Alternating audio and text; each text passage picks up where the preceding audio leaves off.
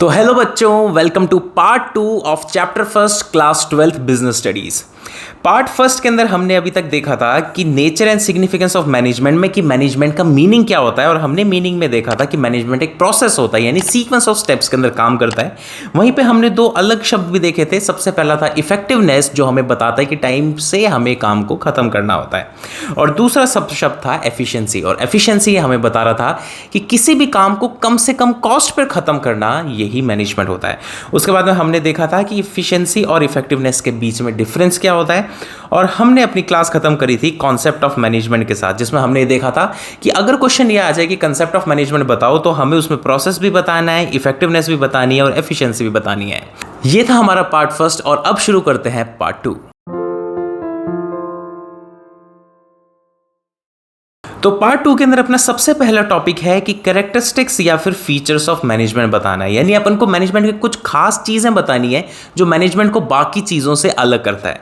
तो सबसे पहला मैनेजमेंट का फीचर है कि management is a goal oriented process. Goal oriented process का मतलब यह है कि मैनेजमेंट हमेशा कंपनी के फायदे के लिए और कंपनी के गोल्स के लिए ही काम करता रहता है। तो आगे भी यही बोलता है कि the aim of management is always achieving the organisation objectives, यानी ऑर्गेनाइजेशन यानी कंपनी या फिर किसी भी फर्म का मेन ऑब्जेक्टिव यानी मेन उद्देश्य क्या है, उसी को पूरा करने के लिए मैनेजमेंट काम करता है। अब हमारे सेकंड कैरेक्टरिस्टिक्स पे जो कहता है कि मैनेजमेंट इज परवेसिव। अब तुम्हारे मन में आ रहा होगा कि सर परवेसिव क्या होता है? तो परवेसिव का मतलब होता है कि दिस इज एवरीवेयर, यानी मैनेजमेंट हर जगह है। हर जगह का मतलब क्या होता है सर? हर जगह का मतलब ये होता है कि मैनेजमेंट टॉप के लोगों को भी करना होता है, मिडिल के लोगों को भी करना होता है, और बिल्कुल लो लेवल पे जो लोग काम कर रहे होते हैं उनको भी मैनेजमेंट करना होता है। यानी हम कभी ये नहीं कह सकते कि आप तो छोटे लेवल के अभी एम्प्लॉय हो तो आपको मैनेजमेंट करने की जरूरत नहीं है। नो, मैनेजमेंट टॉप मैनेजमेंट को भी करना है, मिडिल मैनेजमेंट को भी करना है और लोअर मैनेजमेंट को भी करना है। इसी के साथ साथ मैनेजमेंट इज परवेसिव का मतलब ये है कि ये हर तरीके की ऑर्गेनाइजेशन में करना जरूरी है। यानी भले ही वो ऑर्गेनाइजेशन प्रॉफिट के लिए काम कर रही हो या ना कर रही हो, भले ही वो ऑर्गेनाइजेशन प्रॉफिट कमा रही हो या ना कमा रही हो। इसका एग्जांपल लेते हैं। मान लो कोई सा एनजीओ है, अब एनजीओ को चलाने के लिए भी हमें मैनेजमेंट करना पड़ेगा। वहीं पे दूसरी एक प्रॉफिट अर्निंग कंपनी है, मान लो रिलायंस, और रिलायंस को चलाने के लिए भी हमें मैनेजमेंट करना पड़ेगा। इसका ये भी मतलब है कि कोई सी स्मॉल ऑर्गेनाइजेशन है तो भी हमें मैनेजमेंट करना पड़ेगा, कोई सी लार्ज ऑर्गेनाइजेशन है तो भी हमें मैनेजमेंट करना पड़ेगा। यानी कहने का मतलब जिस तरीके से हर कहीं पे एयर है यानी हवा है, उसी तरीके से हर किसी ऑर्गेनाइजेशन में हर लेवल पे मैनेजमेंट की जरूरत पड़ती है। आगे ये बोल रहा है कि management is required at all levels and in all the departments in all types of organisations. Third characteristics हमें यह कहती है कि मैनेजमेंट इज मल्टी डायमेंशनल। इसका मतलब यह है कि मैनेजमेंट के अंदर ना कुछ अलग अलग तरीके से अलग अलग चीजें पाई जाती हैं। तो यानी मैनेजमेंट इंक्लूड्स 3 डायमेंशंस। इसको हम ऐसे भी समझ सकते हैं कि मैनेजमेंट एक जो सेट है उसके अंदर 3 अलग अलग चीजें पाई जाती हैं। तो सबसे पहले क्या चीज करनी होती है हमें? सबसे पहले हमें करना होता है management of work. Management of work का मतलब कि किसी भी ऑर्गेनाइजेशन के अंदर क्या काम हो रहा है उसको मैनेज करता है मैनेजमेंट। और दूसरी चीज हम देखते हैं कि management of people. Management of people मतलब ऑर्गेनाइजेशन में जो वर्क हो रहा था ना, उसको करने के लिए जो उनसे लोग लगाए हुए हैं, उन लोगों को मैनेज करना भी मैनेजमेंट का ही पार्ट होता है। अब हम तीसरे डायमेंशन को देखते हैं। तो तीसरा डायमेंशन कह रहा है कि management of operation. Management of operation को थोड़ा ध्यान से समझना। मैनेजमेंट ऑफ ऑपरेशन ये बोलता है कि देखो, आप जो काम करवा रहे थे और जिन लोगों से करवा रहे थे, अगर हम इन दोनों को मिला के मैनेज करें तो उसको हम बोलते हैं कि मैनेजमेंट ऑफ ऑपरेशंस। यानी वापस से समझो, मैनेजमेंट ऑफ वर्क के अंदर हमें सिर्फ उनका काम देखना है और कुछ नहीं देखना। मैनेजमेंट ऑफ पीपल में हमें वो जो लोग काम कर रहे हैं ना उन्हें देखना है, और मैनेजमेंट ऑफ ऑपरेशंस में हमें नहीं, दोनों को देखना है। तो मैनेजमेंट ऑफ वर्क यही बोल रहा है कि it is concerned with programme of tasks in the organisation, यानी काम क्या हो रहा है उसको देखता है। अब हम देखते हैं management of people. Management of people यही बोलता है कि जब भी आप एम्प्लॉय से इंडिविजुअल या फिर ग्रुप लेवल पे काम करवाते हो तो उसे देखना हम बोलते हैं मैनेजमेंट ऑफ पीपल। और पॉइंट नंबर 3 बोल रहा है management of operations. Management of operations में क्या था? दोनों चीजें थी, वर्क भी था, पीपल भी था। तो मैनेजमेंट ऑफ ऑपरेशन यही बोल रहा है it is interlinked with both management of work and management of people, यानी ये मैनेजमेंट ऑफ वर्क भी देखता है, मैनेजमेंट ऑफ पीपल भी देखता है। फोर्थ कैरेक्टरिस्टिक्स कहती है कि management is a continuous process. Continuous process यानी मैनेजमेंट हमेशा चलता रहता है। आप कभी भी ये नहीं सोच सकते कि मैंने आज मैनेजमेंट कर लिया तो एक महीने बाद ज़रूरत नहीं पड़ेगी, ऐसा कभी नहीं होती।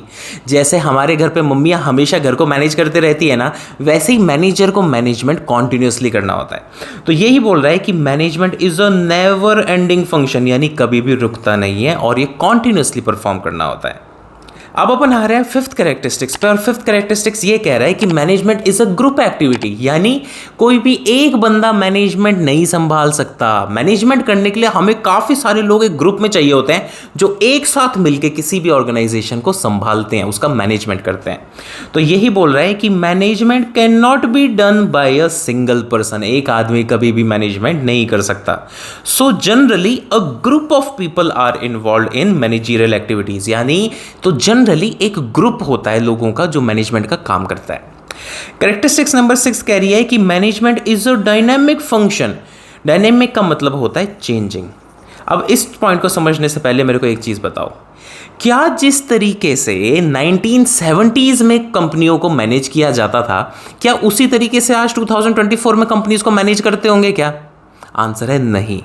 तो इसका मतलब हम क्या समझे कि 1970s का मैनेजमेंट दूसरा तरीके का था और 1924 का मैनेजमेंट दूसरे तरीका का है। क्यों? क्योंकि 1970s के ना एनवायरनमेंट, आसपास के लोग, माहौल, सोसाइटी भी दूसरी थी और 2024 में ये सब चेंज हो चुका है। तो देखो, क्योंकि सोसाइटी चेंज हो चुकी है, क्योंकि हमारा माहौल चेंज हो चुका है, इसलिए हमें मैनेजमेंट और मैनेजमेंट करने का तरीका भी चेंज करना होता है।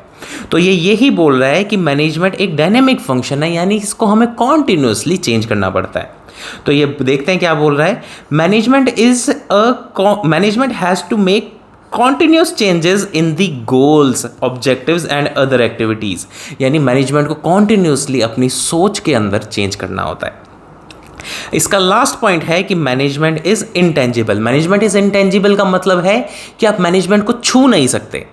तो हम जनरली ये बोलते हैं कि आप मैनेजर को तो छू सकते हो, लेकिन वो जो काम कर रहा है ना मैनेजमेंट का, आप उसे नहीं छू सकते। जैसे फॉर एग्जांपल, आप मुझे तो चीज़ छू सकते हो, लेकिन जो मैं पढ़ा रहा हूँ आप उसको नहीं छू सकते। यानी आप टीचर को तो छू सकते हो, लेकिन आप उसकी टीचिंग को नहीं छू सकते। उसी तरीके से आप एक मैनेजर को तो छू सकते हो, पर आप कभी भी उसके मैनेजमेंट को नहीं छू सकते। तो इसका मतलब ये है कि management can not be physically seen, we can only feel its effects, यानी आप मैनेजमेंट को कभी भी देख नहीं सकते, सिर्फ उसकी चीज़ों को महसूस कर सकते हो। तो इसीलिए अपन ये कहते हैं कि we can see the managers. आप मैनेजर्स को तो देख सकते हो, पर आप उसके मैनेजमेंट को नहीं देख सकते।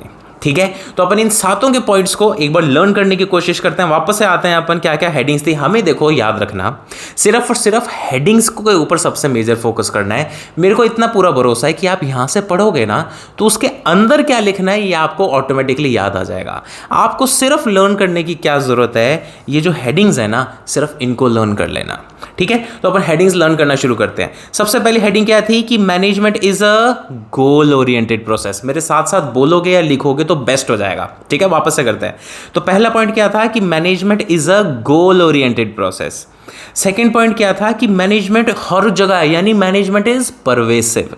थर्ड पॉइंट क्या था कि मैनेजमेंट इज मल्टी डायमेंशनल, और मल्टी डायमेंशनल में हमने तीन चीजें देखी थी। सबसे पहले थी मैनेजमेंट ऑफ वर्क, दूसरी चीज थी मैनेजमेंट ऑफ पीपल, और तीसरी चीज थी मैनेजमेंट ऑफ ऑपरेशंस। इसी के साथ अब अपन वापस फोर्थ पॉइंट पे आ गए। फोर्थ पॉइंट ये बोलता था कि management is a continuous process, ये कॉन्टिन्यू चलता रहता है, कभी भी रुकता नहीं है। पॉइंट नंबर फिफ्थ कहता था कि मैनेजमेंट एक ग्रुप एक्टिविटी है, यानी लोगों को ग्रुप में आना पड़ता है काम संभालने के लिए। पॉइंट नंबर 6 कहता था कि management is a dynamic function, और पॉइंट नंबर 7 कहता है मैनेजमेंट इज इंटेंजिबल। बस इतनी सी बात थी। ठीक है, तो अपन इस वाले टॉपिक को यहाँ पे पैकअप कर देते हैं। अब अपन आते हैं अगले टॉपिक पे, जो कि है ऑब्जेक्टिव्स ऑफ मैनेजमेंट। ठीक है, तो इस टॉपिक को समझने से पहले ये समझो कि देखो हमने क्या कर रखा है, मैनेजमेंट के ऑब्जेक्टिव्स को ना बेसिकली 3 पार्ट्स में डिवाइड कर रखा है। सबसे पहला पार्ट है ऑर्गेनाइजेशनल ऑब्जेक्टिव्स, दूसरा पार्ट है सोशल ऑब्जेक्टिव्स, और तीसरा पार्ट है पर्सनल ऑब्जेक्टिव्स। इनको पहले समझ लो, रीडिंग अभी थोड़ी देर में करते हैं। ठीक है, तो यानी ऑब्जेक्टिव्स ऑफ मैनेजमेंट कितने पार्ट्स में डिवाइड किया अपन ने? 3।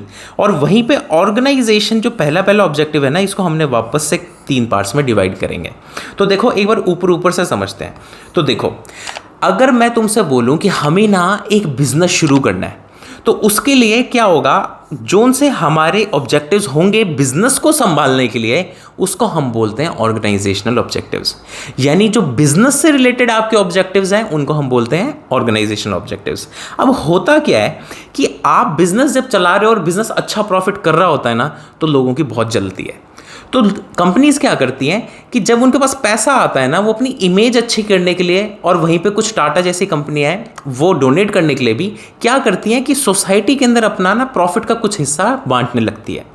तो यानी कंपनीज का सोसाइटीज़ के लिए जो ऑब्जेक्टिव्स बनाए, जो सोसाइटी का वेलफेयर करने के लिए जो सोच करी, उसे हम बोलते हैं सोशल ऑब्जेक्टिव्स। ठीक है, तो सबसे पहला क्या था, ऑर्गेनाइजेशनल ऑब्जेक्टिव्स, जिसमें कंपनी के ऑर्गेनाइजेशन के ऑब्जेक्टिव सबसे मेन जो है उसके, जैसे प्रॉफिट कमाना, उसको सोचा जाता है।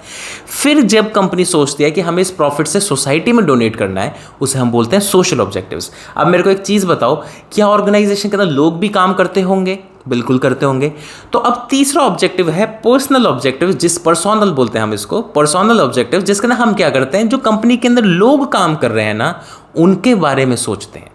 तो यानी 3 ऑब्जेक्टिव्स हैं। वापस से मेरे साथ करो। ऑर्गेनाइजेशनल ऑब्जेक्टिव सबसे पहला, ऑर्गेनाइजेशन ऑब्जेक्टिव्स कंपनी के सबसे मेन ऑब्जेक्टिव्स होते हैं। ठीक है, दूसरा कौन सा है, सोशल ऑब्जेक्टिव। सोशल ऑब्जेक्टिव्स क्या होता है, जिसके अंदर कंपनी ने जो प्रॉफिट वगैरह कमाती है उससे जो सोसाइटी का वेलफेयर करती है, उसे हम सोशल ऑब्जेक्टिव्स बोलते हैं। वहीं पर अब तीसरा बताओ, तीसरा क्या था, पर्सोनल ऑब्जेक्टिव्स। पर्सोनल ऑब्जेक्टिव्स में क्या होता है, जो कंपनी के अंदर लोग काम करते हैं, एम्प्लॉयज काम करते हैं, उन्हें हम बोलते हैं पर्सोनल ऑब्जेक्टिव्स। ठीक है, तो अब अपन सबसे पहले फोकस करते हैं कि ऑर्गेनाइजेशनल ऑब्जेक्टिव्स क्या होता है। तो मैंने तुम्हें पहले ही बता दिया था कि ऑर्गेनाइजेशनल ऑब्जेक्टिव्स में कितने ऑब्जेक्टिव्स अंदर होंगे, 3।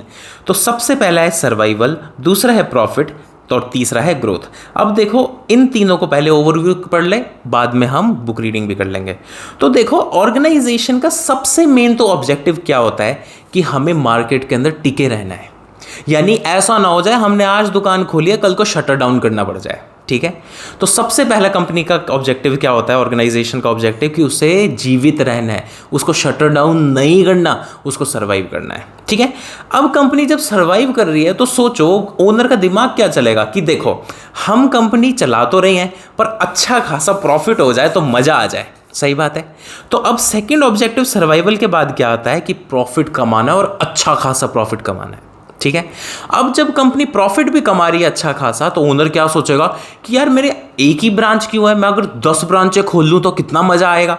तो ऐसे में क्या होता है, ऑर्गेनाइजेशन अपने उस प्रॉफिट को अपनी ग्रोथ में लगाती है। बात समझ में आई? तो अपन इनकी बुक रीडिंग कर लेते हैं। सबसे पहले देखते हैं ऑर्गेनाइजेशनल ऑब्जेक्टिव्स। तो ऑर्गेनाइजेशनल ऑब्जेक्टिव्स यही बोलता है कि ऐसे ऑब्जेक्टिव्स जो ऑर्गेनाइजेशन की तरक्की, ग्रोथ, इसमें काम आएंगे, हम उसे क्या बोलते हैं, ऑर्गेनाइजेशनल ऑब्जेक्टिव्स। अब ऑर्गेनाइजेशनल ऑब्जेक्टिव्स के 3 पार्ट हैं, जिसमें सबसे पहला है सर्वाइवल। तो सर्वाइवल ये कहता है कि ये सबसे बेसिक पर्पस है किसी भी ऑर्गेनाइजेशन का, जिसके अंदर ऑर्गेनाइजेशन कोशिश करती है कि वो ज़्यादा से ज़्यादा टाइम के लिए हमारे मार्केट में टिकी रहे। अब हम सेकंड पे आते हैं। सेकंड कह रहा है कि प्रॉफिट में क्या होता है कि नेक्स्ट ऑब्जेक्टिव, यानी सर्वाइवल के अगला ऑब्जेक्टिव होता है प्रॉफिट कमाना, जिसमें कंपनी कोशिश करती है कि अच्छा खासा प्रॉफिट कमाए। अब कंपनी ने प्रॉफिट कमा लिया, अब कंपनी क्या कोशिश करेगी, उस प्रॉफिट से ग्रोथ करने की कोशिश करेगी।